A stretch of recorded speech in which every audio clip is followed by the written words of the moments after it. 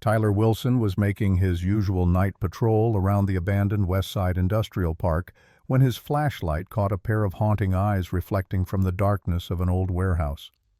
As he approached, what he thought was just another stray revealed itself to be a severely emaciated German shepherd. Its body so skeletal it resembled a bat with fur stretched over bones, collapsing before he could reach it. 6 weeks later, after nursing the dog back from death's edge, Tyler discovers a military-grade microchip implanted in the dog's shoulder containing encrypted files about Operation Shadow and the name of a man who had been declared dead 3 years ago. What he finds in those files makes his blood run cold.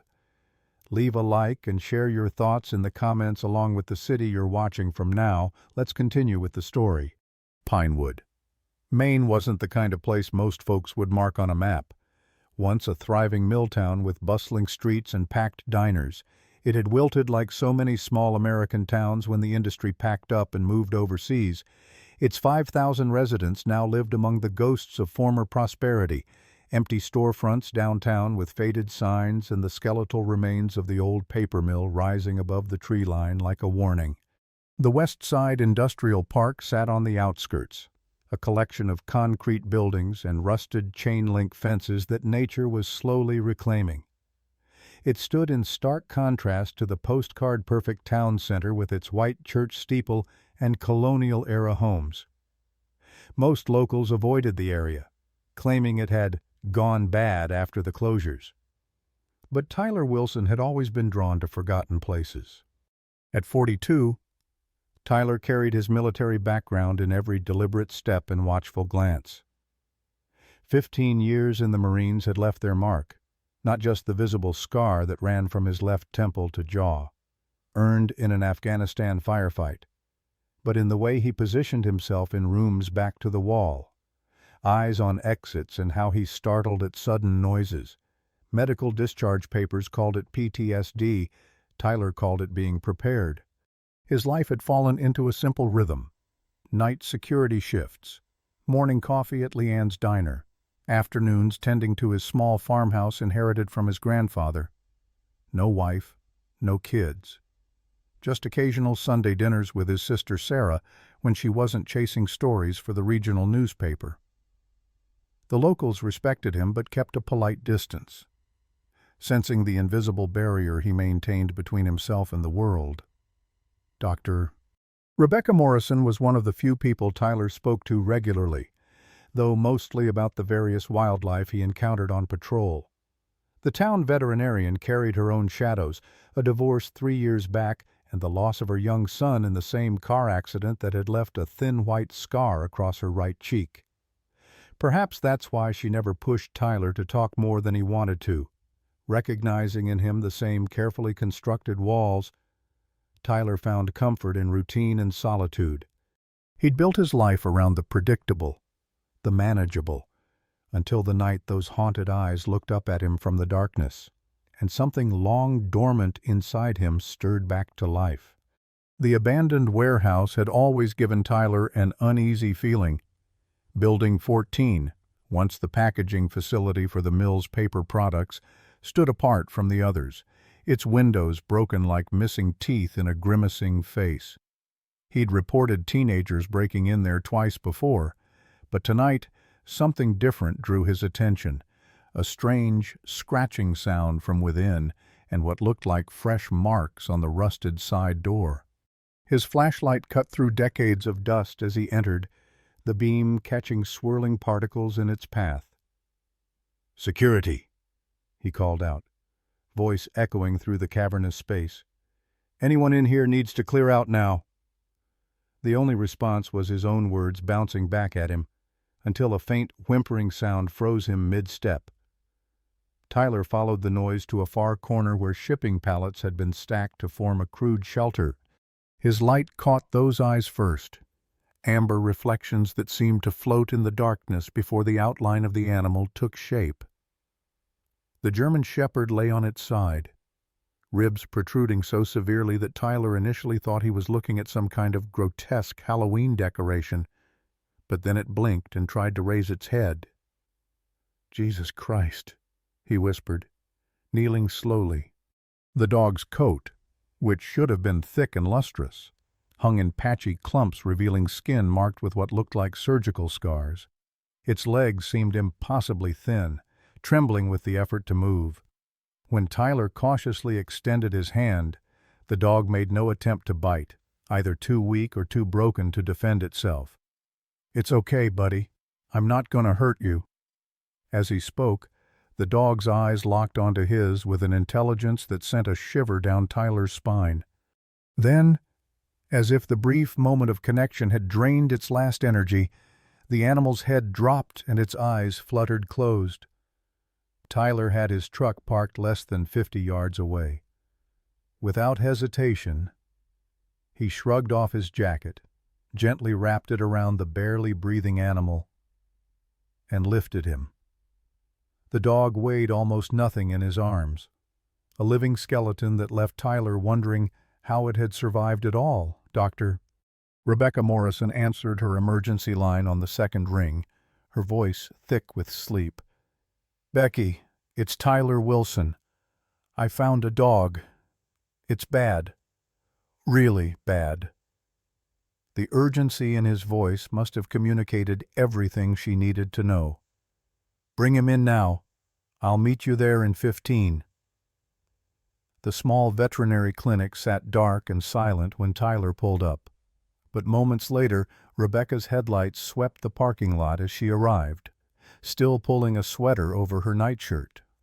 She took one look at the bundle in Tyler's arms and held the door wide, her professional demeanor falling into place despite the hour. "Exam room 1, she directed, flipping on lights as they moved through the clinic. "What happened?" "Found him at the industrial park. No collar, no tags. Looks like he's been starved for weeks, maybe months." Under the bright examination lights, the dog's condition appeared even more horrific. Rebecca's face remained neutral as she worked, but Tyler caught the slight tremor in her hands as she inserted an IV line into the animal's foreleg. "Male German Shepherd, approximately 3 to 4 years old based on dentition," she narrated while working. "Severe cachexia. He's lost at least 40% of normal body weight. Multiple healed incisions along the spine and skull. Signs of restraint wounds on all 4 limbs."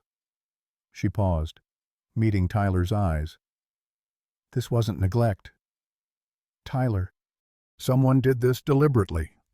The next 72 hours became a vigil.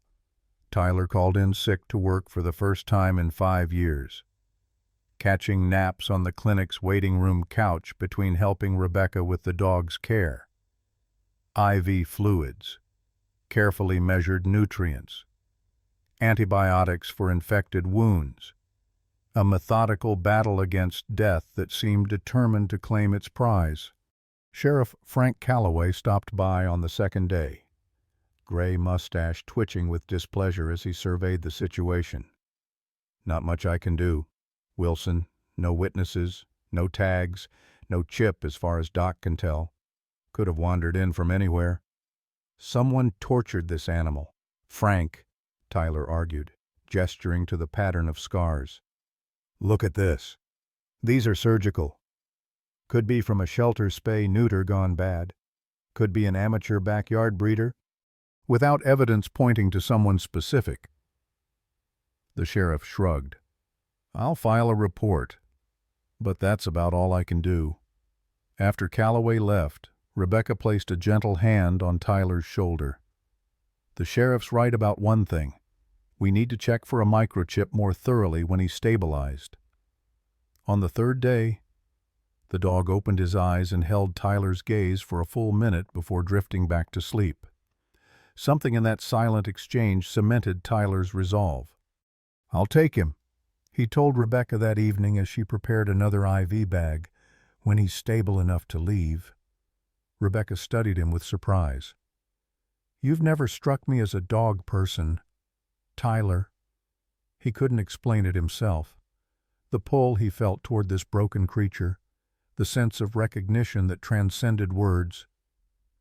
"Maybe I wasn't before," was all he said, watching the gentle rise and fall of the dog's chest. "But I am now."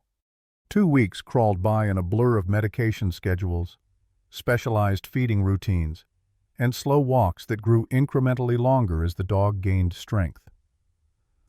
Tyler converted his screened porch into a recovery space, lining it with blankets and sleeping there himself the first few nights to monitor his charge. He named the dog Commander, partly because of the partial kamashubon he'd found etched on a battered metal tag buried in the matted fur, and partly because something in the animal's bearing suggested authority despite his weakened state. Commander's physical transformation had begun, ribs still visible, but no longer alarmingly prominent, patches of new fur growing to cover scarred skin, amber eyes clearing of the clouded pain that had dulled them.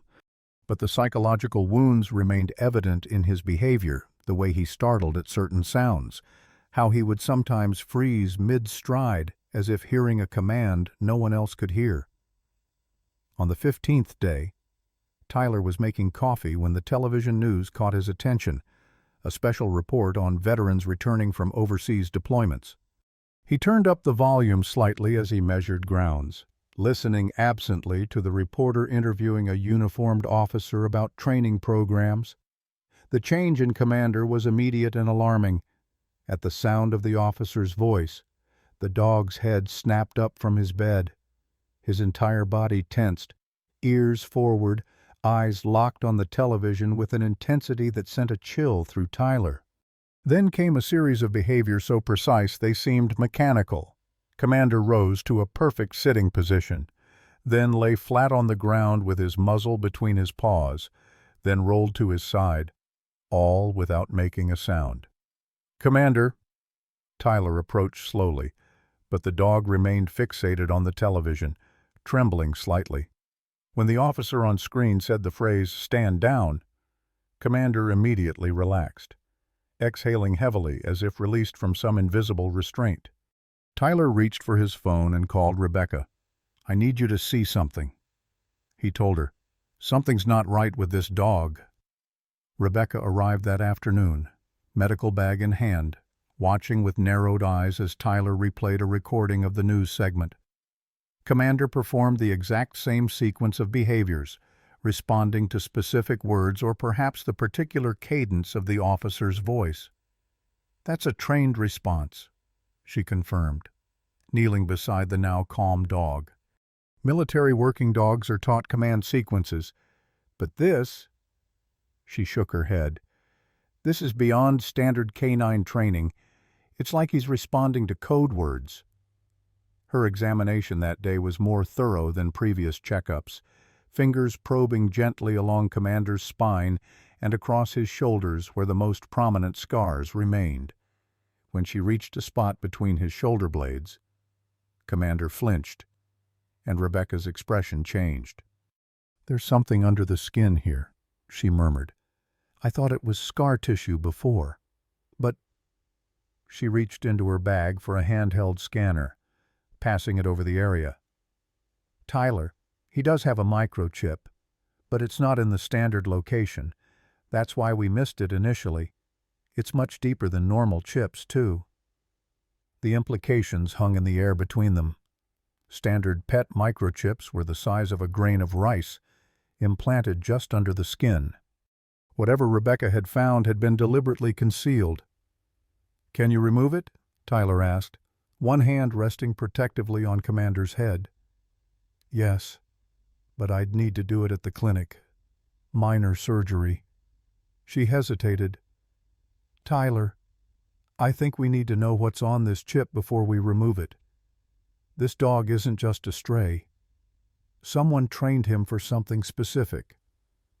Tyler called his sister that evening.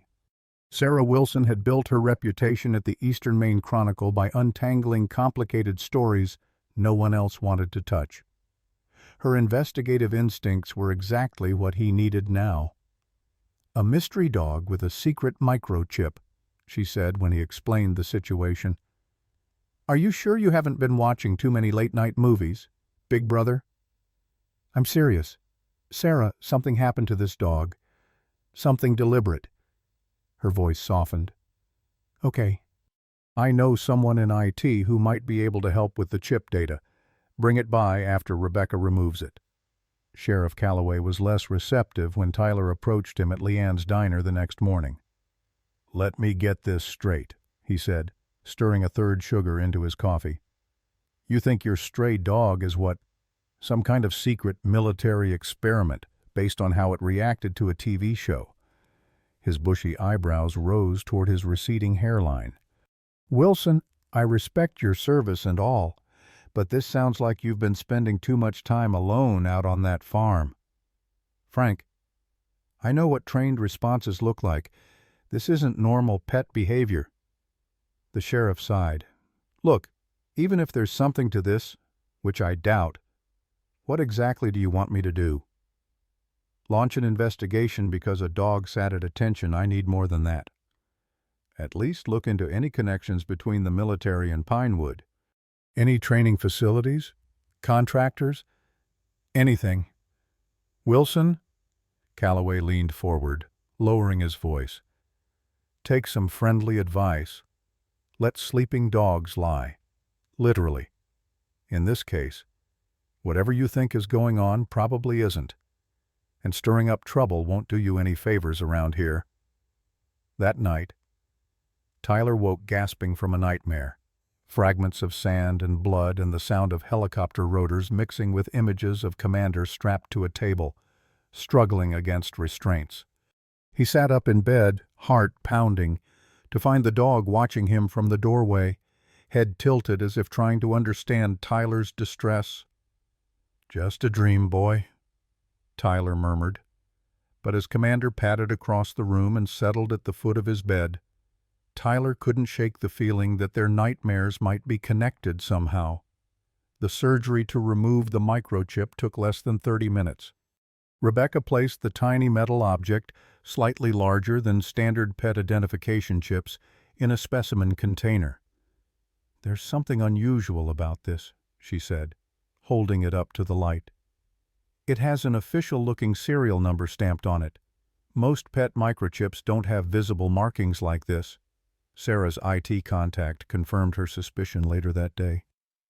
"This isn't a pet chip," the bearded man said, examining it under a magnifier in the newspaper's back office. "This has military markings, specifically. It's the type used for official K9 unit dogs, but it's been modified to hold more data than just an ID number." When they managed to access the basic information, Tyler's suspicions were confirmed.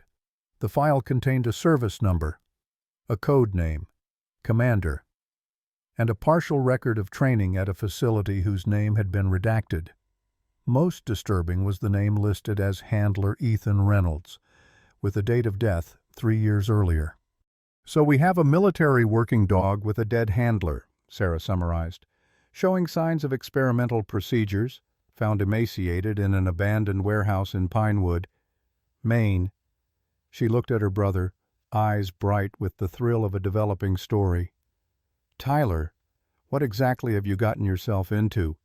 Sarah Wilson had converted her dining room into what she called her investigation station, a chaotic assemblage of corkboards, sticky notes, and red string that made Tyler think of police procedural shows.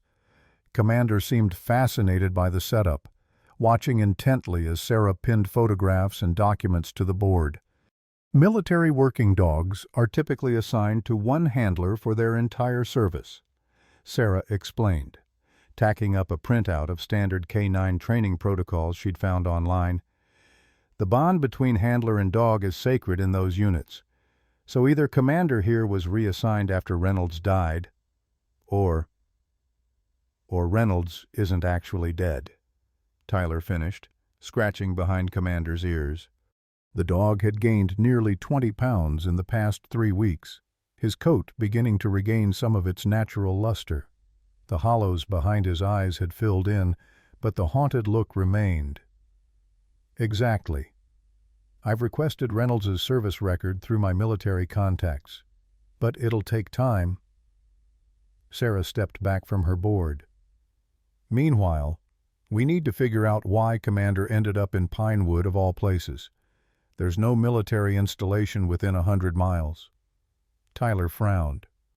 What about private contractors, companies that might work with military-trained dogs? Good thought. Sarah made a note. I'll check into that. There's also the question of those surgical scars. Rebecca's right. They're too precise to be abuse. Someone operated on this dog for a specific purpose. That evening, as Tyler drove home with Commander dozing in the passenger seat, he took a detour past the industrial park. The warehouse stood silent in the gathering dusk, its broken windows like dark, watching eyes. Tyler pulled over, a nagging sense that he'd missed something drawing him to stop. Commander came fully alert, ears forward, posture tense. "You remember this place, don't you, boy?" Tyler murmured, observing the dog's reaction. Commander's gaze was fixed not on the warehouse where Tyler had found him, but on the road leading out of the industrial park. Specifically, on an overgrown side path Tyler had never paid much attention to. Following the dog's line of sight, Tyler noticed tire tracks in the mud, recent ones that cut through the new spring growth. Someone had been here, and recently, as if reading his thoughts. Commander gave a low growl, the first aggressive sound Tyler had heard from him. A movement across the street caught Tyler's attention. Martha Jenkins, a 75-year-old widow whose small house overlooked the industrial park, was watching them from her porch, arms crossed over her cardigan. Tyler raised a hand in greeting, and after a moment's hesitation, she beckoned him over. "That the dog everyone's talking about?" she asked without preamble as Tyler approached, Commander close at his heels. "Word travels fast." "Small town." Martha's eyes, sharp despite her age, assessed Commander. "Found him in Building 14, didn't you?" Tyler nodded. "About 3 weeks ago." She pursed her lips. "You're not the only one interested in that building lately." Tyler's pulse quickened. "What do you mean, vans? Black ones with tinted windows. No markings." Martha gestured toward the warehouse. "They came 3, maybe 4 times in the months before you found him. Always at night. Always parked behind Building 14 where they thought nobody could see. Did you tell Sheriff Calloway?" Martha snorted. "That man wouldn't recognize suspicious activity if it wore a name tag. Besides," she added, lowering her voice, "there was something official about them. The way they moved, military, maybe, or some government types. The kind you don't ask questions about." Tyler studied the old woman's face. "Why tell me this now?" Her eyes flicked to Commander, then back to Tyler. "Because that dog's been through something terrible. I can see it in his eyes. Got the same look my Harold had after he came back from Vietnam." She straightened her shoulders. "And because they came back, 2 nights after you took him, searched that warehouse top to bottom with flashlights.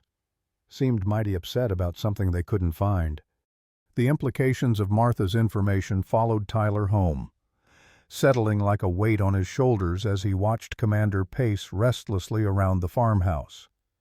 Someone had been looking for the dog, and might still be. The next morning, Rebecca arrived for Commander's scheduled checkup, her face unusually serious. "I got the blood work back," she said, kneeling to examine Commander while Tyler hovered nearby. "There are compounds in his system I can't identify. Not standard medications, not common toxins. I sent the results to a colleague at the State University lab for analysis. Could they be drugs from whoever had him before?" Rebecca frowned. "Possibly. But they're present in levels that suggest ongoing exposure, not residual amounts."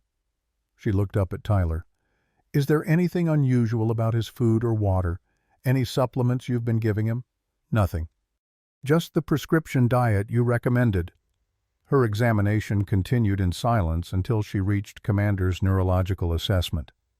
The dog followed her finger movements perfectly, his responses almost unnaturally precise. "His cognitive function is remarkable," she said finally. "The way he problem solves, his attention to detail. It's beyond typical canine behavior, even for intelligent breeds like German shepherds." She hesitated.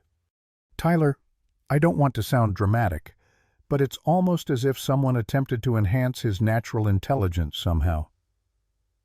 That night, Tyler's nightmares returned with brutal clarity.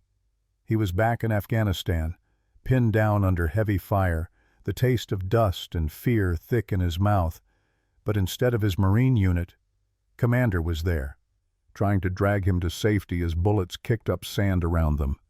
He woke drenched in sweat to find the dog pressed against his side, whimpering softly as if sharing the dream. Tyler stroked the dog's head, his mind racing. "What happened to you?" he whispered. "What did they do?" As if triggered by the question. Commander suddenly stiffened, ears alert. A second later, Tyler heard it too, the sound of tires on gravel, a vehicle moving slowly past his house with its lights off. For 3 nights in a row, the unmarked vehicle cruised past Tyler's farmhouse between 2 and 3 a.m. On the 4th night, Tyler was ready.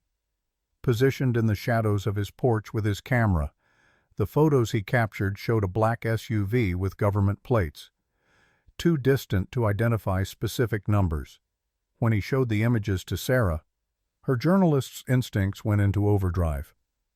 "This is getting serious. Tyler, someone's surveilling you." "Or surveilling Commander," he corrected, watching the dog doze in a patch of sunlight on Sarah's living room floor. "Martha Jenkins was right. They're looking for him."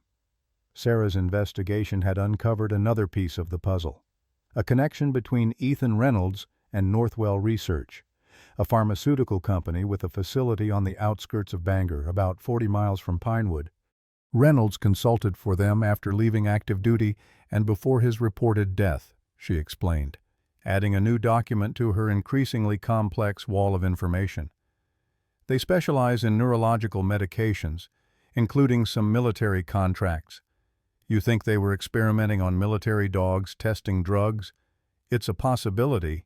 Sarah tapped a printed page. There's a research program mentioned in some of their public filings called Enhanced Canine Cognition Program. Very little specific information, but significant funding from both private and government sources. Their conversation was interrupted by a sudden change in Commander. The dog sat bolt upright, focused intently on a photograph Sarah had just pinned to the board, a staff picture from Northwell Research's website. Commander approached the board, nose twitching, and pawed specifically at one face in the group photo. Tyler leaned closer. "Who is that?" Sarah checked her notes. "Dr. William Hargrove. He's the lead researcher for their neurological division." Commander continued to stare at the photograph, a low growl building in his throat. The following day brought a breakthrough neither of them had anticipated. Sarah's military contact came through with a heavily redacted file on Ethan Reynolds, including a photograph. When Tyler placed it in front of Commander, the dog's reaction was immediate and unmistakable. His tail wagged for the first time since Tyler had found him, and he whined with what could only be described as recognition. "He knows Reynolds," Tyler said, watching Commander nose the photograph. "Whatever happened to this dog, Reynolds was part of it." "But was he the abuser or another victim?" Sarah mused. "The timing is suspicious. Reynolds reportedly dies in a training accident, and 3 years later, his military dog shows up abused and emaciated in a town with no apparent connection to either of them." Their investigation took a more dangerous turn when Tyler decided to drive by the Northwell Research facility that weekend. It appeared innocuous from the outside, a modern glass and steel building set back from the main road, surrounded by manicured lawns and a discreet security perimeter.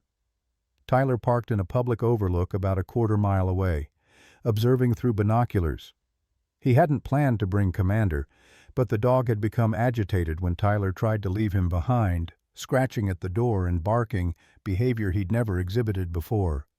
Now, as they sat in the truck, Commander's attention was fixed on the facility with the same intensity he'd shown toward Hargrove's photograph. Tyler was so focused on the building that he almost missed the security vehicle approaching his truck until it was nearly alongside. A guard in a company uniform gestured for him to roll down his window.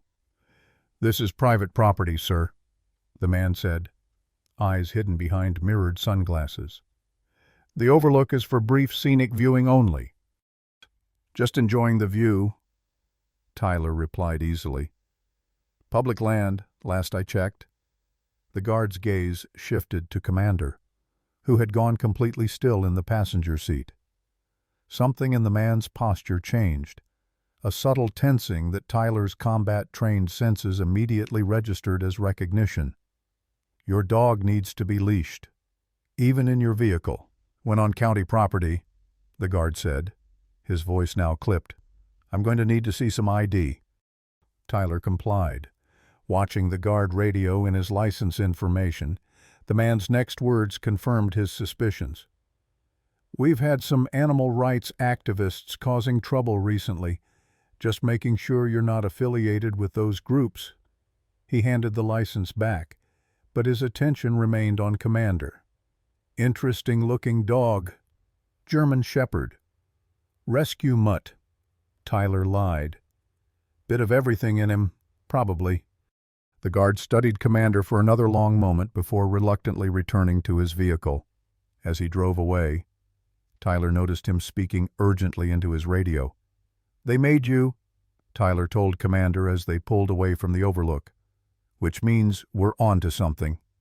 That evening, the most alarming development yet, Tyler returned from a supply run to find his farmhouse door ajar, though he distinctly remembered locking it.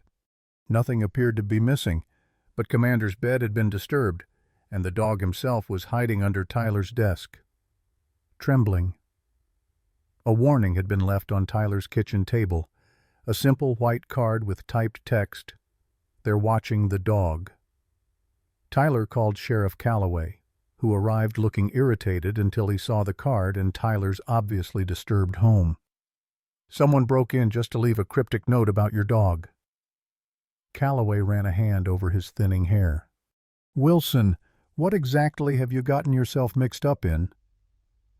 "That's what I've been trying to tell you," Tyler said, frustration evident in his voice. "There's something going on with this dog, something connected to military contracts and medical research. Now someone's watching my house and breaking in to leave warnings." The sheriff's skepticism was finally beginning to crack. "You really think this is about whatever happened to the dog before you found him?" "I know it is." Tyler described the security guard's reaction at Northwell and Martha Jenkins' observation of the mysterious vans. "Someone experimented on Commander, Frank, and they want him back." Calloway sighed heavily. "I'll increase patrols past your place, but that's about all I can officially do without more evidence." He hesitated. "Off the record, I'd watch your back, and maybe consider giving the dog up to whatever authorities come asking." Tyler's response was immediate and firm. "Not happening." After Calloway left, Tyler sat on his porch steps with Commander pressed against his leg, the weight and warmth of the dog a reassuring presence in the gathering darkness. The choice ahead seemed clear. If daunting, he could back off, pretend he hadn't uncovered a web of secrets surrounding a military-trained dog and potentially illegal experimentation, or he could push forward and risk whatever consequences might follow. As if sensing his thoughts, Commander rested his muzzle on Tyler's knee, amber eyes reflecting the porch light. "We're in this together now, aren't we, boy?" Tyler murmured, running his hand along the dog's back where surgical scars remained visible through the slowly returning fur. "Whatever they did to you, we're going to make it right." Commander's seizure happened 2 days later, a sudden, violent episode that left Tyler frantically calling Rebecca while trying to keep the thrashing dog from injuring himself. By the time they reached the clinic, Commander had fallen into an unnaturally still state, his breathing shallow. "It's neurological," Rebecca confirmed after running initial tests. His brain activity is off the charts, patterns I've never seen in canine EEGs before. Whatever they did to him, it's affecting his central nervous system. Can you treat it? Rebecca's hesitation told Tyler everything he needed to know before she spoke. This is beyond my expertise. Tyler, he needs a veterinary neurologist. Specialized equipment. She took his hand, her expression grave. Even then, without knowing exactly what was done to him, treatment will be guesswork at best. How long does he have? If these seizures continue days, maybe weeks. The ticking clock created a new urgency. With Commander temporarily stabilized on anti-seizure medications, Tyler and Sarah redoubled their investigation efforts. A deep dive into public records revealed that Northwell had purchased several acres of remote woodland outside Pinewood 3 years ago, around the same time Ethan Reynolds had reportedly died. Tax records show it as undeveloped research property, Sarah noted, circling the location on a county map. But satellite images show what looks like a small compound accessed by a private road. They were running out of legitimate channels to pursue. Tyler knew they were crossing a line when they decided to visit the property, but Commander's deteriorating condition left them little choice. The dog had suffered 2 more minor seizures, each leaving him weaker than before. What they discovered on their reconnaissance trip was disturbing enough to finally convince Sheriff Calloway to take them seriously hidden surveillance cameras throughout the property, a reinforced perimeter fence with warning signs about dangerous research animals. And most damning of all, the distant sound of dogs barking from a building that didn't appear on any official records. I can't sanction any action based on trespassing evidence, Calloway told them gruffly after reviewing their photographs. But I can request a formal inquiry from the state about licensing for animal research facilities. The look he gave Tyler communicated what he couldn't say out loud. It would take too long for Commander. Tyler's decision crystallized that night as he sat beside Commander's bed, watching the dog's restless sleep. The next seizure might be fatal. They had no more time for legal channels or careful investigation.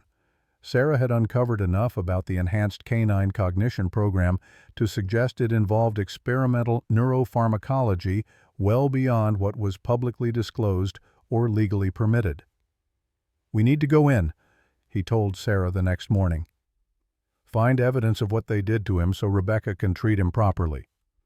That's breaking and entering, Tyler. Possibly federal charges if it's government-contracted research." "I don't care." His voice was quiet but firm. "He saved me. Sarah." His sister's eyebrows rose. "What do you mean?" Tyler struggled to put into words what had been gradually becoming clear to him. "Since I found him, the nightmares are different, less frequent. When I wake up, he's there." He shook his head. "I was drowning before Commander, going through the motions of living without actually being alive. He gave me a purpose again."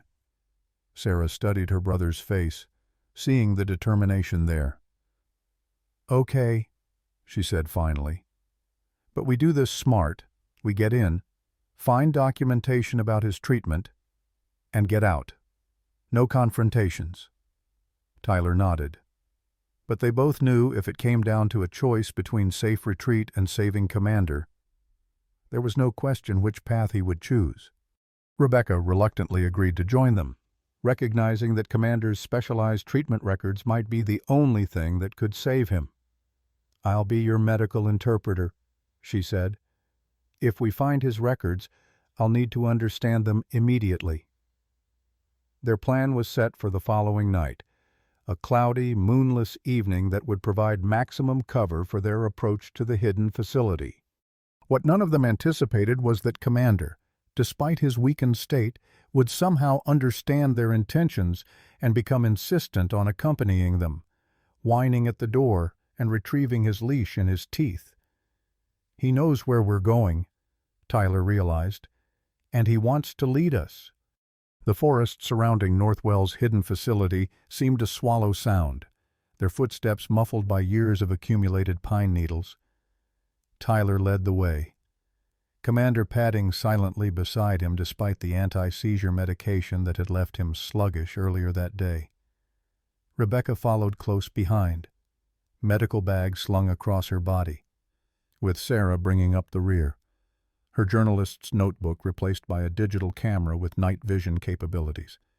They had parked Sarah's car nearly a mile away on an abandoned logging road, approaching the compound on foot to avoid detection. Tyler had prepared for this mission with the same methodical precision he'd once applied to military operations. Satellite imagery of the grounds, guard rotation patterns observed over 2 nights of surveillance, bolt cutters for the perimeter fence, and black clothing that rendered them nearly invisible against the darkness. "Security camera at 2 o'clock, Tyler whispered, gesturing toward a small device mounted on a tree. They froze, hugging the shadows until Tyler signaled them forward through a blind spot he'd identified earlier. Commander's behavior changed as they drew closer to the facility, his ears pricked forward, body tense with recognition. When they reached the chain-link fence, he didn't hesitate, leading them unerringly toward a specific section partially obscured by overgrowth. "He knows this place," Rebecca murmured, watching as Commander pawed at a particular spot along the fence line. Tyler knelt to investigate and discovered the fence had been previously cut and imperfectly repaired. Recently, judging by the lack of rust on the wire. Someone else has been in this way, or out. The compound itself was deceptively unassuming, a cluster of prefabricated buildings surrounding a central structure of more substantial construction. No signage identified its purpose, and only minimal exterior lighting illuminated the gravel paths between buildings, but the security was telling motion sensors, camera arrays, and a patrol of 2 armed guards who circled the perimeter at 15-minute intervals. They waited in the underbrush for the guards to pass before Tyler cut through the fence, creating an opening just large enough to slip through one at a time. Commander went first, his movements fluid and purposeful, leading them not toward the main building as they'd planned, but toward a smaller structure set apart from the others.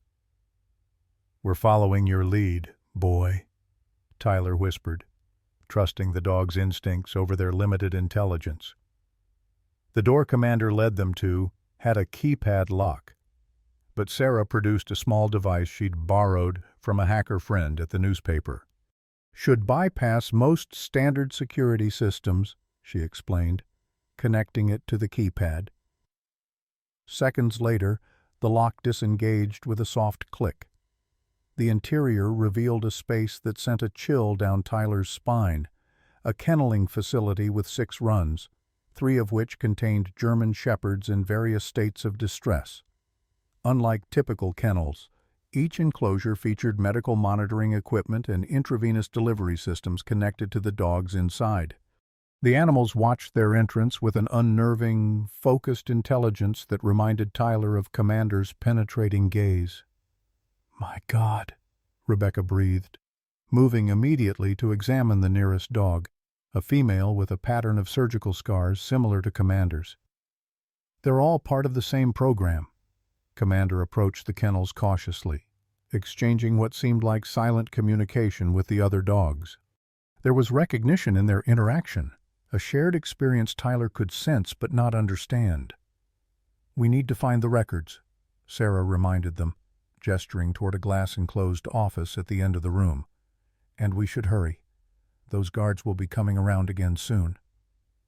The office yielded exactly what they'd been searching for, files labeled with identification numbers and medical charts. Sarah photographed everything methodically, while Rebecca scanned the documents, her expression growing increasingly troubled. "This is—" She swallowed hard. "They've been modifying these dogs' neural pathways, experimental treatments to enhance memory, problem-solving, and cognitive recognition, drugs I've never even heard of, surgical procedures that aren't in any veterinary literature." She looked up, face pale. Commander was their most advanced subject, designated K97. These notes indicate he began displaying abilities far beyond their projections. Tyler felt a cold dread settling in his stomach. What kind of abilities? Enhanced reasoning, memory retention spanning months rather than days, complex problem-solving. She flipped through more pages. There's mention of him recognizing patterns that even the researchers couldn't identify. They called it predictive cognition. Who authorized this? Sarah asked, photographing a particularly detailed surgical diagram. Rebecca located a document with governmental letterhead. The program had military funding initially, but something went wrong. There's correspondence here about ethical concerns raised by someone inside the project. She pulled another file forward. Ethan Reynolds. He was Commander's handler, but also the project's external oversight. It looks like he tried to shut it down when he realized the dogs were suffering.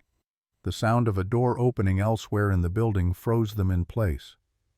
Commander's ears swiveled toward the noise, and he gave a low, warning rumble deep in his chest. "Someone's coming," Tyler whispered, moving to the office door. "We need to go. Now." But Commander had other ideas. Instead of following Tyler toward their entry point, he darted to a closed door at the opposite end of the kenneling facility, scratching insistently at its surface. "Commander, come on," Tyler urged. But the dog's determination was clear. Making a split-second decision, Tyler followed. Testing the door handle, it was unlocked. Beyond lay a darkened corridor leading to another room, a laboratory space dominated by surgical equipment and monitoring stations. But what caught Tyler's attention was a wall of filing cabinets with one drawer conspicuously sealed with a padlock. Commander sat before this cabinet, eyes fixed on Tyler with unmistakable purpose. "Keep watch," Tyler told the others as he used a small pry bar from his pack to break the lock. The drawer contained a single file folder labeled Project Termination.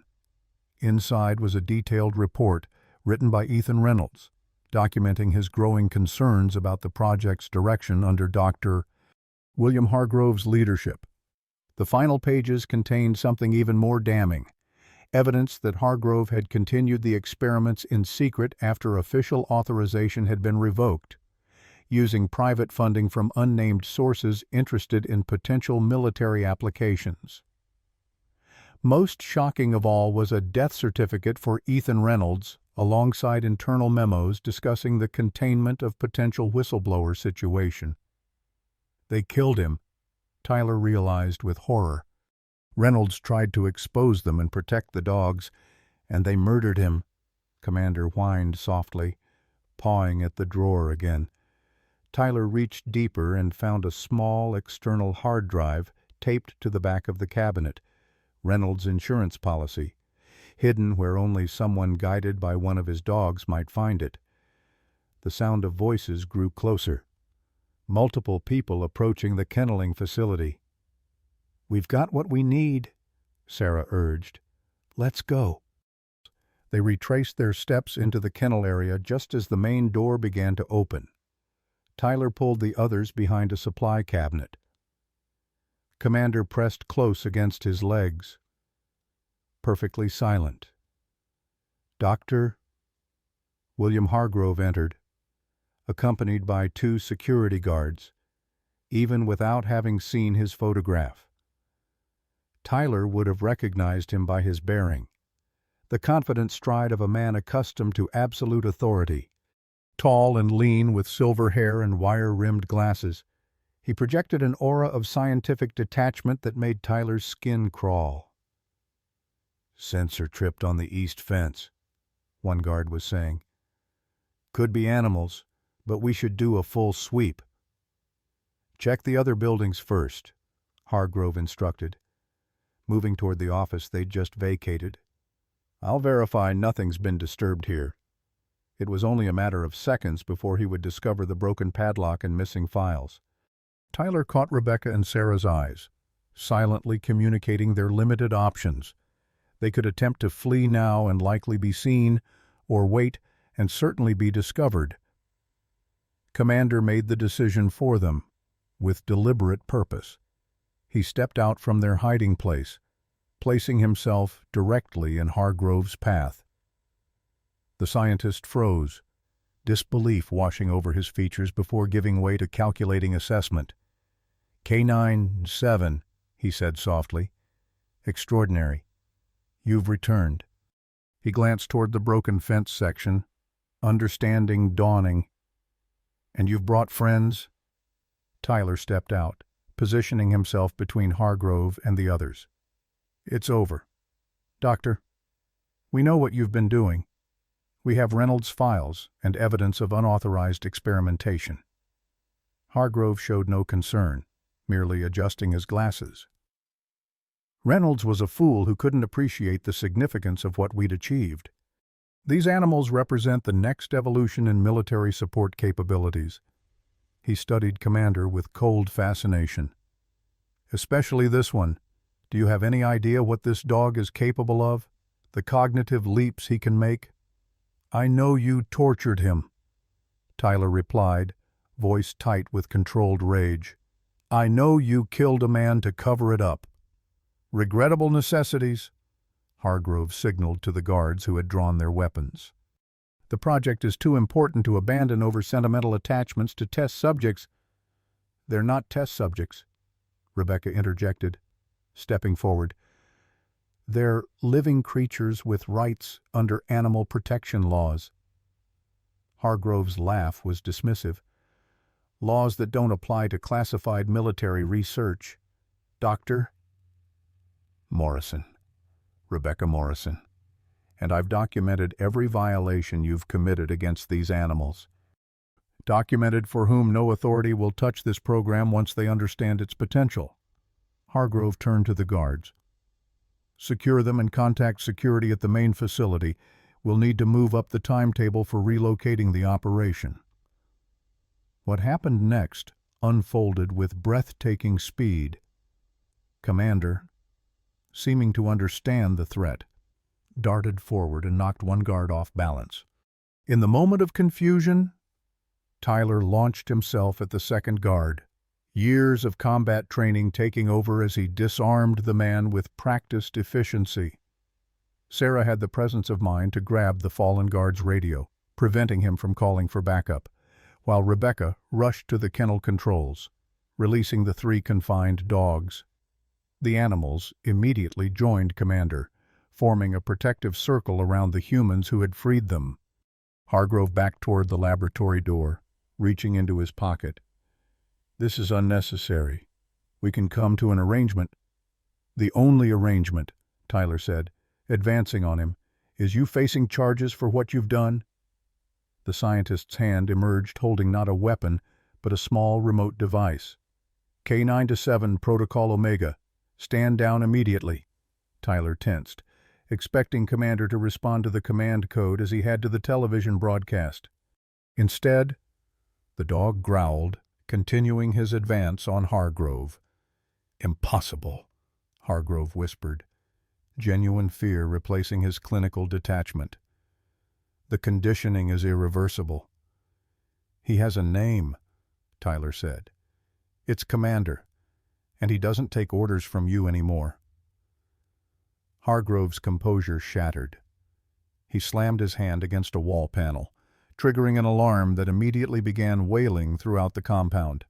Red emergency lights bathed the room in crimson as he bolted through the laboratory door, locking it behind him. "We need to go now," Tyler urged, gathering the hard drive and critical documents. "That alarm will bring every guard on the property." They fled toward their entry point, the 3 liberated dogs following Commander's lead. Outside, searchlights had activated, sweeping the compound grounds as security personnel emerged from the main building. "This way," Tyler directed, guiding them along the shadow of the building toward the fence breach. They were halfway there when a guard spotted them, shouting for them to stop as he raised his weapon. Tyler pushed the others ahead, preparing to provide covering protection, but Commander and the other dogs moved as a unit, charging toward the guard with such coordinated precision that the man stumbled backward in alarm, firing a wild shot skyward before retreating. They reached the fence just as a vehicle rounded the corner of the main building, headlights sweeping across their position. Tyler held the fence opening, counting each member of their party through: Sarah, Rebecca, Commander, the three other shepherds, before slipping through himself as bullets struck the ground near his feet. "Run," he commanded, and their group plunged into the darkness of the forest just as the compound behind them erupted into chaos. From somewhere in this main building, they heard a muffled explosion, followed by the unmistakable crackling sound of fire taking hold. "What was that?" Sarah gasped as they ran. "Hargrove." Tyler replied grimly, "Destroying evidence." They didn't slow their pace until they'd put nearly half a mile between themselves and the compound, the sounds of pursuit fading behind them. Only then, sheltered in a dense thicket of pines, did they pause to catch their breath and assess their situation. "We've got what we came for," Tyler said, patting the pack containing Reynolds' files and the hard drive, "plus 3 more witnesses to Hargrove's experiments." Rebecca was examining the liberated dogs, who watched her with the same unsettling intelligence Commander displayed. "They need medical attention, but they're stable for now." She looked up at Tyler. "What happens when Hargrove reports us to the authorities?" "He won't," Sarah said confidently. "That facility isn't supposed to exist. Those experiments weren't authorized. He can't report a break-in without exposing himself." Tyler nodded in agreement, but his relief was short-lived. Commander suddenly stiffened beside him, body trembling as the beginnings of another seizure took hold. "No, no, no," Tyler murmured, kneeling beside the dog as Rebecca rushed to help. "Not now. Boy, we made it. We've got what you needed." But Commander's eyes had already rolled back, his body going rigid as the seizure took full control, more violent than any previous episode. As Rebecca worked frantically to stabilize him, Tyler heard distant shouts and the crackle of radios. Their brief respite was over. With Commander incapacitated and 3 additional dogs to protect, they were now being hunted through unfamiliar forest by armed security forces, and their most important evidence of Hargrove's crimes was locked in the mind of a dog fighting for his life. Commander's seizure lasted nearly 2 minutes, an eternity during which Tyler could only watch helplessly as Rebecca administered emergency medication from her medical bag. The dog's powerful body contorted, muscles rigid beneath Tyler's restraining hands, foam speckling his muzzle as Rebecca struggled to protect him from further injury. The other 3 shepherds circled anxiously, seemingly understanding their companion's distress. "Stay with me," Tyler whispered, his voice breaking. "Don't you dare give up now." When Commander's body finally went limp, Tyler feared the worst until Rebecca pressed her stethoscope to the dog's chest and nodded. "He's alive, but his heart rate is dangerously elevated. We need to get him to the clinic immediately." The sounds of pursuit grew closer, flashlight beams cutting through the trees, the crackle of radio communications, and the distant baying of tracking dogs. They were being hunted methodically through the forest by people who knew the terrain far better than they did. "We can't move him like this," Tyler said, looking down at Commander's unconscious form. "And we can't leave him." Sarah scanned their surroundings, thinking quickly. "We need a diversion." She pulled a small canister from her jacket pocket, pepper spray she carried for protection while working on investigative stories. "If I head east making noise, I can draw them away while you 2 get Commander to the car." "Absolutely not," Tyler objected. "Too dangerous." "We don't have a choice. Commander will die without proper care." Sarah's expression hardened with determination. "I'm faster than you think, and I know how to lose a tail. News photography in Baghdad taught me that much." Before Tyler could argue further, She pressed the hard drive and memory card from her camera into his hands. "Get these to safety. That's what matters." With a quick hug to her brother, she disappeared into the undergrowth, deliberately breaking branches and making enough noise to attract attention. Within minutes, they heard shouts as the security team changed direction to pursue the more obvious target. Tyler lifted Commander's limp body across his shoulders in a fireman's carry, the dog's weight substantial even in his emaciated state. "The other dogs," Rebecca whispered, looking at the 3 shepherds who watched them intently. "We can't just leave them." "We don't have to," Tyler replied, noticing how the dogs maintained perfect formation around them, alert and responsive without needing commands. "They're coming with us." When their progress was painfully slow, Tyler struggling under Commander's weight, Rebecca navigating by the dim light of a pen light covered with her hand to minimize visibility.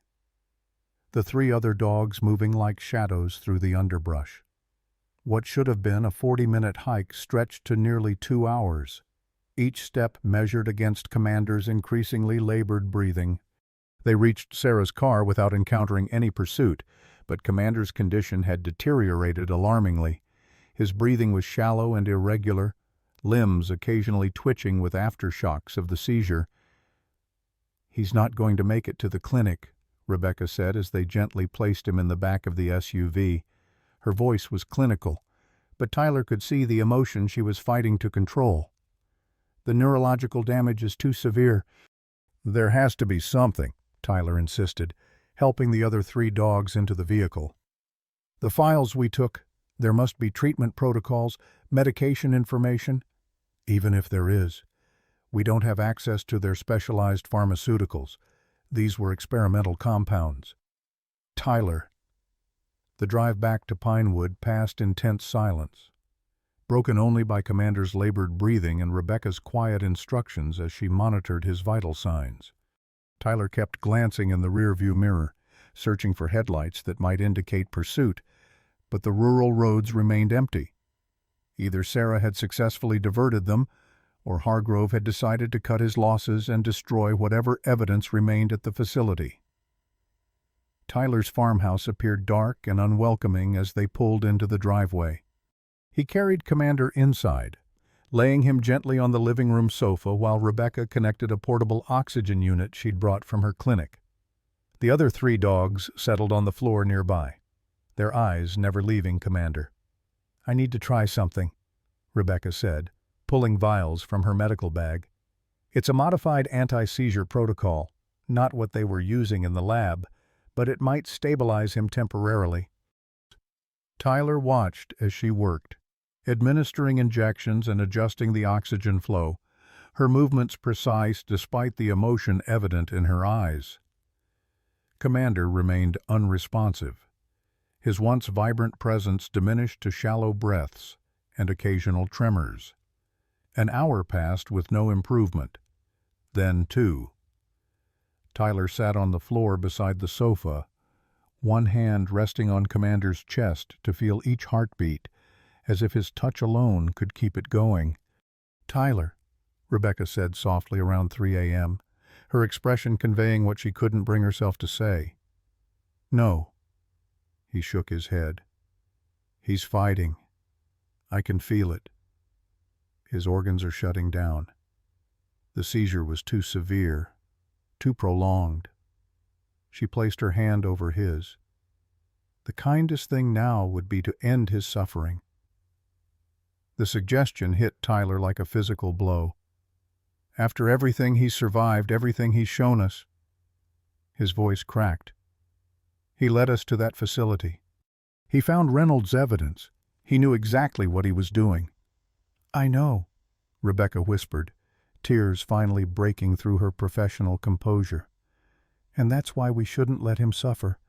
He completed his mission. Tyler, he exposed what they did." Tyler looked down at Commander, at the scars mapping his body, the once powerful frame now ravaged by illness and trauma. 6 weeks ago, this dog had been a stranger, just another abandoned creature in a world full of them.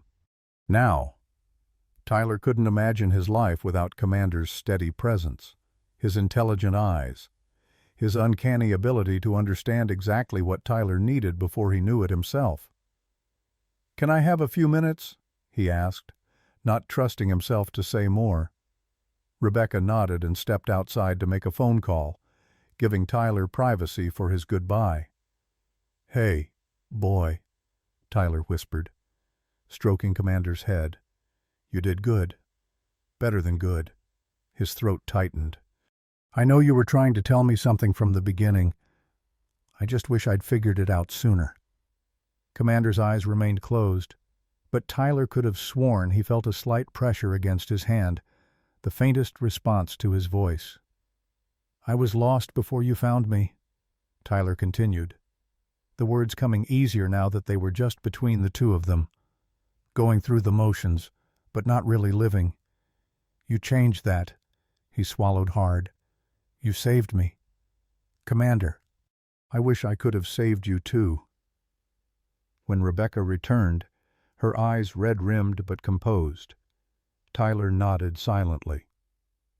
She prepared the injection with gentle hands, explaining in a soft voice what would happen. "It's peaceful," she assured him. "Like falling asleep." Tyler gathered Commander's head into his lap, stroking the fur between his ears the way the dog had always liked. "I'm right here, boy. I'm not going anywhere." As Rebecca administered the injection, Tyler felt a presence in the doorway and looked up to see a bedraggled Sarah, her clothes torn and dirty but otherwise unharmed. She moved silently to kneel beside her brother, placing a supportive hand on his shoulder as Commander took his final breaths. The silence that followed seemed to expand, filling the room with an emptiness Tyler had never known. The three other shepherds approached cautiously, sniffing Commander's still form before settling around him in a protective circle, a final honor guard for their fallen companion. "He was a hero," Sarah said quietly, breaking the silence. "And we're going to make sure everyone knows what he did." But Tyler barely heard her. All he could focus on was the absence of Commander's warmth against his leg, the stillness of the chest that had risen and fallen in rhythm with his own breaths for these past weeks. An aching void opened inside him, a loss more profound than he'd expected possible for a creature who had entered his life so recently. Outside, the first hints of dawn began to lighten the eastern sky, but inside Tyler's farmhouse, the darkness had never felt more complete. The week following Commander's death passed in a fog of grief and rage. Tyler moved through his days mechanically, caring for the three surviving shepherds while Sarah worked tirelessly to compile the evidence they'd recovered. Rebecca visited daily, monitoring the other dogs' health and sitting quietly with Tyler during the evenings when the emptiness of the farmhouse became most overwhelming. They had named the surviving dogs according to markings on their files: Echo, Delta, and Whiskey, designations that suggested military origins matching Commander's training. Unlike typical rescued animals, these dogs required no housebreaking or basic command training. They understood complex instructions with minimal guidance, working as a coordinated unit that sometimes communicated with glances and subtle body language Tyler could barely detect. On the fifth day, as Tyler sat on his porch watching the dogs explore the farmyard, a black government SUV appeared on his rural road, approaching slowly. His body tensed, hand instinctively reaching for a weapon he no longer carried, but the dog's reaction stopped him. Instead of barking or showing aggression, they aligned themselves in alert formation, watching with the focused attention they'd shown at the Northwell facility. The vehicle stopped at his gate, and a woman emerged, mid-40s, with close-cropped dark hair and the unmistakable bearing of federal law enforcement. She approached alone, hands visible, her gaze assessing the dogs with professional interest. "Mr. Wilson, I'm Agent Diane Foster, FBI." She displayed credentials that looked authentic even to Tyler's suspicious scrutiny. I believe you've been expecting someone like me to show up. Tyler remained seated, projecting a calm he didn't feel. Took you long enough. Foster's mouth quirked slightly. Mind if I come up? What I have to discuss shouldn't be overheard. Tyler gestured toward the empty chair beside him, and Foster ascended the steps, moving with the measured confidence of someone accustomed to walking into uncertain situations. The dogs watched her intently but made no move to intercept. They recognize your type, Tyler observed. Military or law enforcement? Likely both, Foster replied, settling into the chair. German Shepherds from the Enhanced Canine Training Program would have extensive exposure to both military and federal handlers during development. She studied the three dogs. These are from Northwell. You know about Northwell? It wasn't a question. We've been investigating William Hargrove for approximately 14 months. Foster confirmed.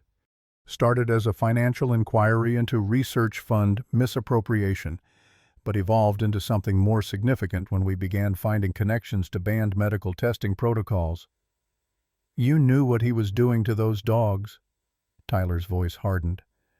We suspected. Proving it was another matter. Foster turned to face him directly. That's where you come in, Mr. Wilson. You and your sister have compiled exactly the evidence we've been lacking, particularly the hard drive from Ethan Reynolds. The mention of Reynolds sent a ripple of tension through Tyler. Reynolds is dead. Hargrove killed him. Foster's expression remained carefully neutral. That's what Hargrove wanted everyone to believe. Tyler stared at her, processing the implication. Reynolds is alive, in protective custody for the past 3 years. After discovering the extent of Hargrove's unauthorized experimentation, Reynolds attempted to shut down the program through official channels. When that failed, he gathered evidence and prepared to become a whistleblower. Hargrove discovered his intentions and arranged an accident during a training exercise. But Reynolds survived, Tyler said, the pieces falling into place. Foster nodded. Barely. He was forced to go underground while we built a case. Unfortunately, without access to the facility or hard evidence of what was happening there, our investigation stalled. Reynolds was devastated, particularly about abandoning the dogs he'd helped train. Tyler's mind raced, connecting fragments of the story that had eluded him. Commander was Reynolds' dog, his personal canine partner. Exactly. K-97, codenamed Commander, was the most successful subject in the program and Reynolds' assigned partner. When Reynolds disappeared, Commander was retained for continued experimentation under Hargrove's direct supervision.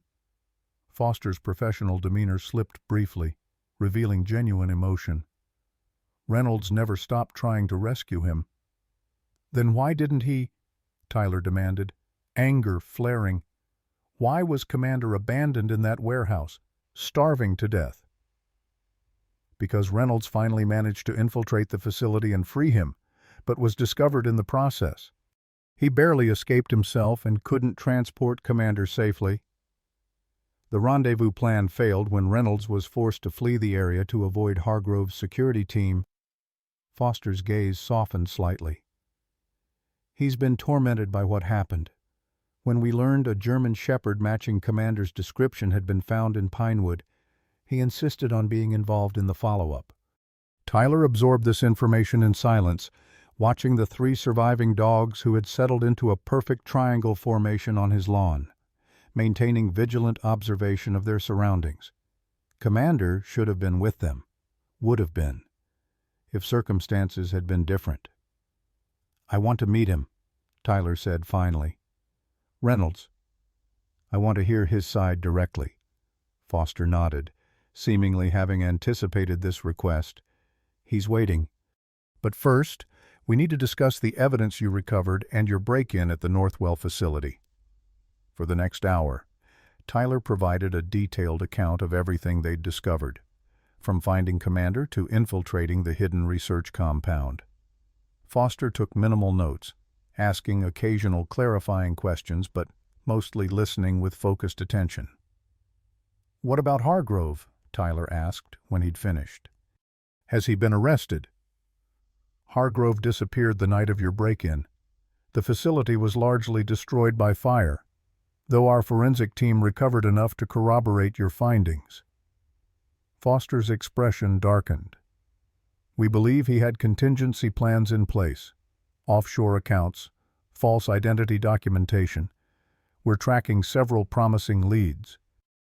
So he gets away with it after what he did to Commander, to Reynolds, to all those dogs. Not if I have anything to say about it," Foster assured him. "This case has become a priority. The evidence you recovered, particularly the hard drive, contains financial records linking Hargrove to several foreign entities interested in military applications of his research. It's now a matter of national security as well as animal welfare violations." She stood, adjusting her jacket. "I'll have Reynolds brought here tomorrow morning, if that works for you. In the meantime, I'd suggest keeping your sister's investigative instincts in check. We need to handle the public disclosure aspects of this case carefully."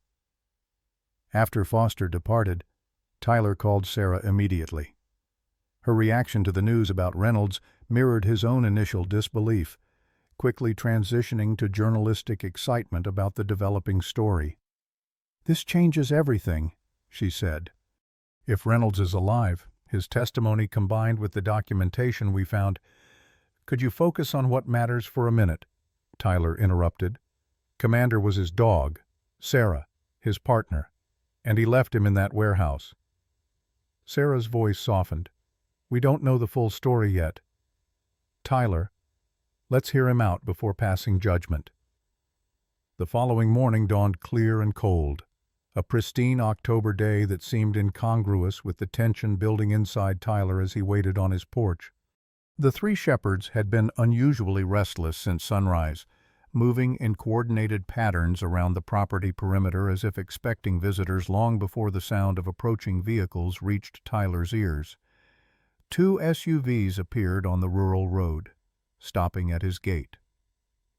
Agent Foster emerged from the first vehicle, accompanied by Sheriff Calloway, whose expression suggested a complex mixture of vindication and embarrassment. From the second SUV, a man stepped out slowly, mid-40s, with the lean build of a career military officer and a pronounced limp that spoke of past injury. Tyler stood as they approached, his gaze fixed on the man he knew must be Ethan Reynolds. The three shepherds abandoned their patrol pattern, racing toward the newcomer with unmistakable recognition, circling him with what could only be described as joy. Reynolds knelt despite his obvious difficulty, greeting each dog by name. Not the designations from the files, but personal names: Athena, Brutus, Ranger. "They remember," Reynolds said, looking up at Tyler with eyes bright with emotion. "After everything Hargrove did to them, they still remember their real names." Tyler descended the porch steps slowly, studying the man who had been at the center of this mystery from the beginning. Reynolds rose with effort, extending his hand. "Ethan Reynolds, I understand I owe you more than I can ever repay." Tyler hesitated before accepting the handshake. "Commander died 3 days ago. Neurological damage from whatever Hargrove did to him." Reynolds' face contorted with grief, his composure cracking. "I was afraid of that. The extended protocols Hargrove developed after I was gone. They weren't sustainable. The canine brain can't handle that level of chemical enhancement long term." "He suffered at the end," Tyler said, unable to keep the accusation from his voice. "I never wanted to leave him behind." Reynolds' response was immediate and raw. "Commander was more than a partner to me. He saved my life multiple times, both in the field and during the escape from Northwell. When the extraction went wrong, I had to make an impossible choice: stay with him and ensure we were both captured, or get the initial evidence out and come back for him with proper backup." Foster stepped forward. "Reynolds has been working with us continuously since his disappearance. Mr. Wilson, his information was crucial to keeping the investigation active. even when we lacked sufficient evidence for warrants. Sheriff Calloway cleared his throat. For what it's worth, Wilson, I didn't know any of this until Agent Foster contacted me yesterday. This goes higher than anything I've dealt with before. Tyler invited them inside, where Reynolds immediately noticed Commander's collar placed on the mantel. He approached it reverently, touching the worn leather with gentle fingers. I got him as a puppy, before the program even existed. Best natural tracking instincts I'd ever seen.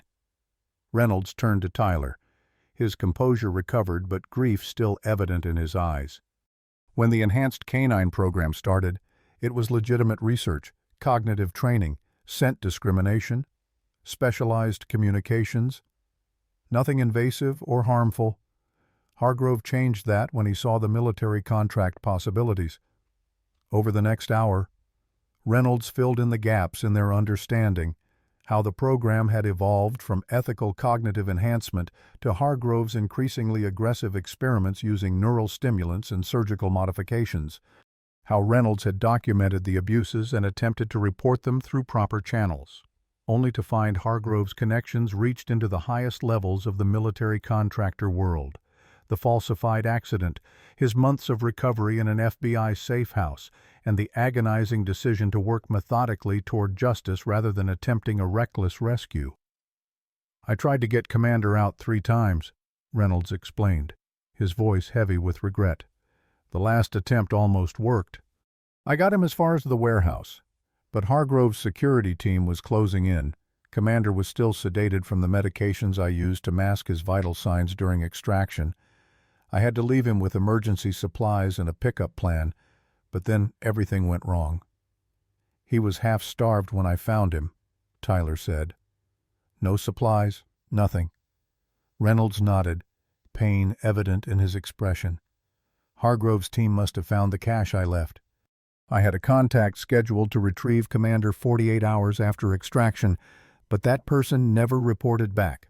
I feared they'd both been captured. As difficult as it was to hear, Tyler found himself believing Reynolds' account. The man's grief was too genuine to doubt, his knowledge of Commander too intimate to question. He recognized your photograph, Tyler offered, a small concession. When Sarah showed it to him, he responded immediately. He knew who you were. Right until the end. Reynolds closed his eyes briefly, composing himself. Commander was special, even among the enhanced dogs.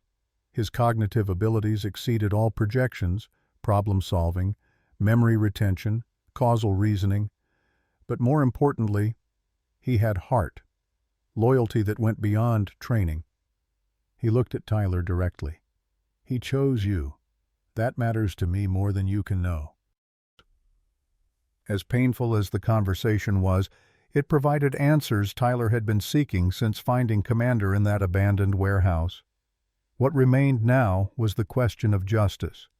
For Commander, for the other dogs, and for the man who had orchestrated their suffering.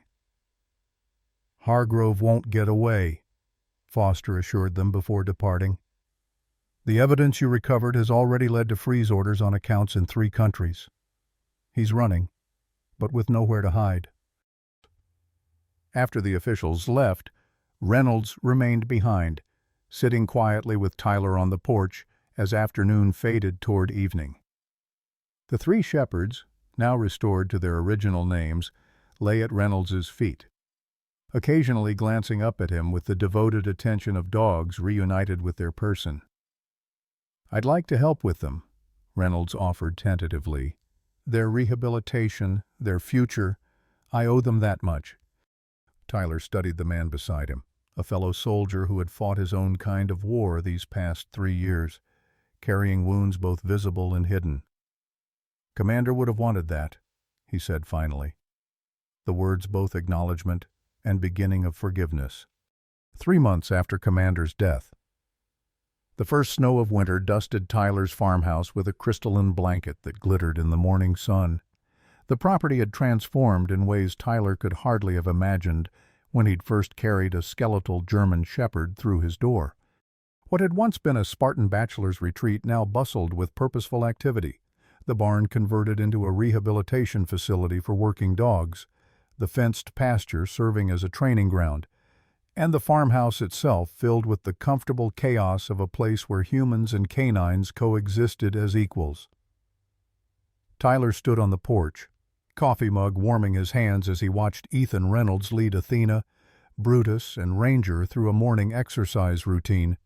Reynolds's limp remained pronounced in cold weather, but he moved with the fluid confidence of a man who had finally found his way home after a long, treacherous journey. The dogs responded to his subtle hand signals with joyful precision, their once emaciated bodies now restored to powerful, glossy health.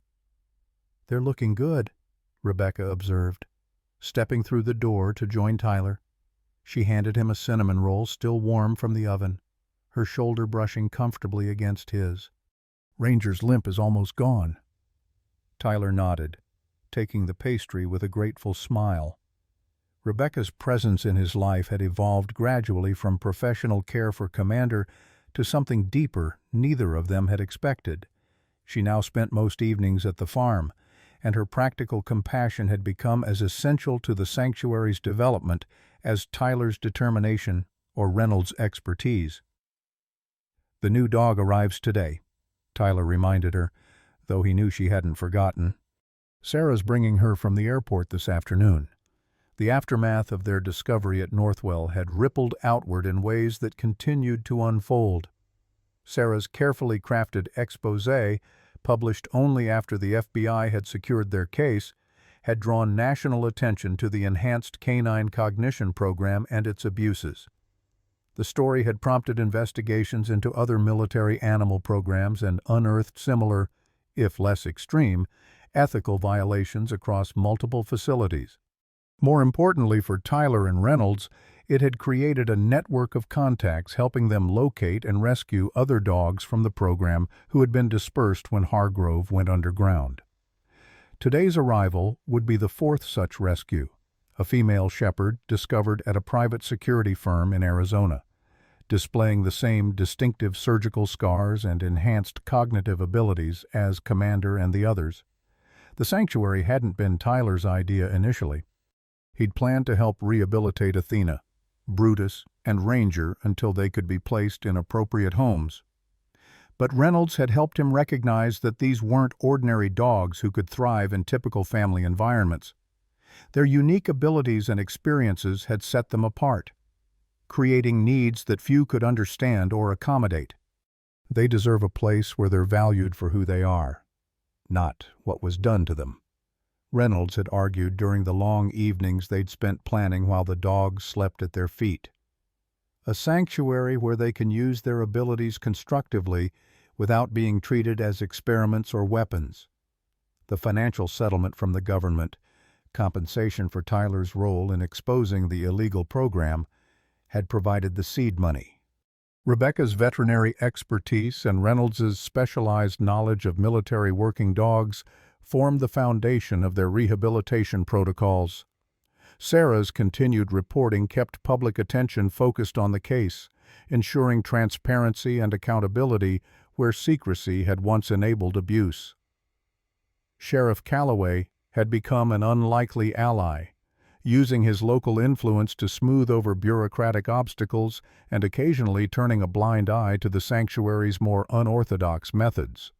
Even Martha Jenkins contributed, her sharp eyes keeping watch over the property from her vantage point across the street, a self-appointed sentry reporting any unusual vehicles or visitors. By mid-afternoon, Sarah's car pulled into the driveway, followed by Frank Calloway's patrol vehicle. The sheriff had insisted on providing an escort from the airport, though whether for security or simply to satisfy his curiosity about the new arrival wasn't entirely clear. Tyler, Rebecca, and Reynolds gathered in the yard as Sarah opened the back door of her car, speaking softly to the occupant. The German shepherd that emerged moved cautiously, her dark eyes scanning the unfamiliar surroundings with intelligent assessment. Like Commander, she bore the distinctive surgical scars along her spine and skull, partially hidden by fur that had started to regrow. Unlike Commander when Tyler had first found him, she was not emaciated. The security firm had kept her physically healthy, if emotionally neglected. "This is Maya," Sarah introduced, keeping a gentle hand on the dog's shoulder. According to her handler at the firm, she was the only one who could detect explosive compounds through triple-sealed containers. They had no idea about her background until our story broke and someone recognized the marking on her microchip. Maya's focus shifted rapidly between the humans, settling longest on Reynolds before moving to the three shepherds watching from a respectful distance. There was a moment of palpable tension as the dogs assessed one another. Then Athena stepped forward, approaching Maya with calm confidence. The two females touched noses briefly, and something unspoken passed between them. Within moments, Maya had been accepted into the small pack, following them toward the barn with the wary optimism of a refugee who has finally found sanctuary. "That went better than expected," Calloway remarked, scratching his mustache thoughtfully. "Last dog I brought home got in 3 fights the first day." "These aren't ordinary dogs, Frank," Tyler reminded him, though the sheriff's growing understanding of the sanctuary's unique residents was evident in his respectful observation. "So I've noticed." Calloway handed Sarah a folder. "Speaking of which, got something you might be interested in. Report came across my desk about a training facility upstate with some German shepherds showing similar characteristics. Might be worth looking into." Sarah accepted the folder with a grateful nod. The network they'd built continued to expand. Law enforcement officers, veterinarians, military personnel with conscience, all quietly contributing to the effort to locate and recover dogs from Hargrove's program. Later that evening, after Maya had settled into her temporary quarters in the heated barn, Tyler found himself alone on the porch again, watching darkness claim the fields surrounding his property. Reynolds and Rebecca were inside, discussing modifications to Maya's rehabilitation plan based on her initial assessments, their voices a comforting murmur through the partially open door. Tyler's gaze drifted to the small memorial garden they had created for Commander near the old oak tree, a simple stone marker surrounded by winter-hardy plants that would bloom in spring. The raw grief of those first weeks had gradually transformed into something more complex, a bittersweet gratitude for the brief time they'd shared and the purpose Commander had awakened in him. "We're still looking for him," Sarah said, appearing beside him with 2 glasses of bourbon. She handed one to Tyler and clinked her glass against his in their usual toast. "Foster called this morning. They've tracked Hargrove to South America, but lost him again. It's just a matter of time." Tyler nodded, taking a small sip of the amber liquid. William Hargrove remained the one loose end in the case, a shadow that occasionally darkened Tyler's thoughts. The scientists and security personnel from Northwell had been identified and charged. The corporate executives who had funded the program were facing indictments. But Hargrove himself remained elusive. "I've been thinking," Sarah continued, leaning against the porch railing, "maybe it's time to tell Commander's full story. Not just the investigation in Northwell, but everything. How you found him, how he changed you, what he meant to all of us. You think people would care about one dog that much?" Sarah smiled, the expression gentle. "I think Commander wasn't just one dog. He was the beginning of something important." She gestured toward the barn where Maya was settling into her new life. "Look what he started, Tyler. This sanctuary, the investigations, the policy changes for military working dogs, none of that would have happened if you hadn't found him that night." Tyler considered his sister's words, recognizing their truth. Commander's legacy extended far beyond the brief months he'd spent at the farm. Each rescued dog, each exposed violation, each improvement in protocols for working animals, all of it traced back to a skeletal shepherd with haunted eyes and unbreakable spirit. "Maybe you're right," he conceded. "His story deserves to be told." The winter months brought both challenges and victories. Maya's integration progressed smoothly, her specialized explosive detection skills remaining intact even as she learned to be a dog again, playing in snow, sleeping in sunbeams, making choices about her daily activities. 2 more rescues arrived in January. A male shepherd named Valor from a private military contractor in Texas, and a female named Scout discovered at a police canine training facility in Oregon, both bearing the hallmarks of Hargrove's program.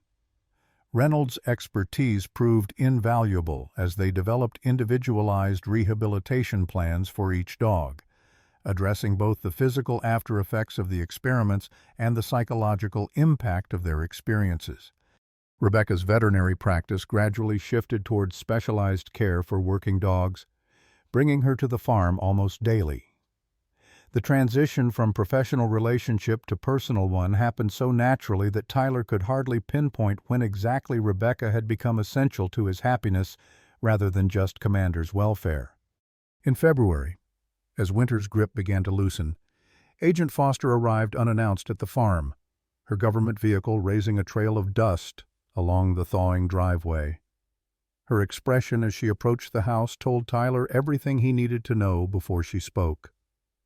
"We got him," she said simply. "Hargrove was apprehended attempting to enter a research facility in Brazil. He's being extradited now." The news should have brought triumph, but Tyler felt only a quiet, complicated relief. Justice for Commander had always been part of his motivation, but somewhere along the way, healing had become more important than vengeance.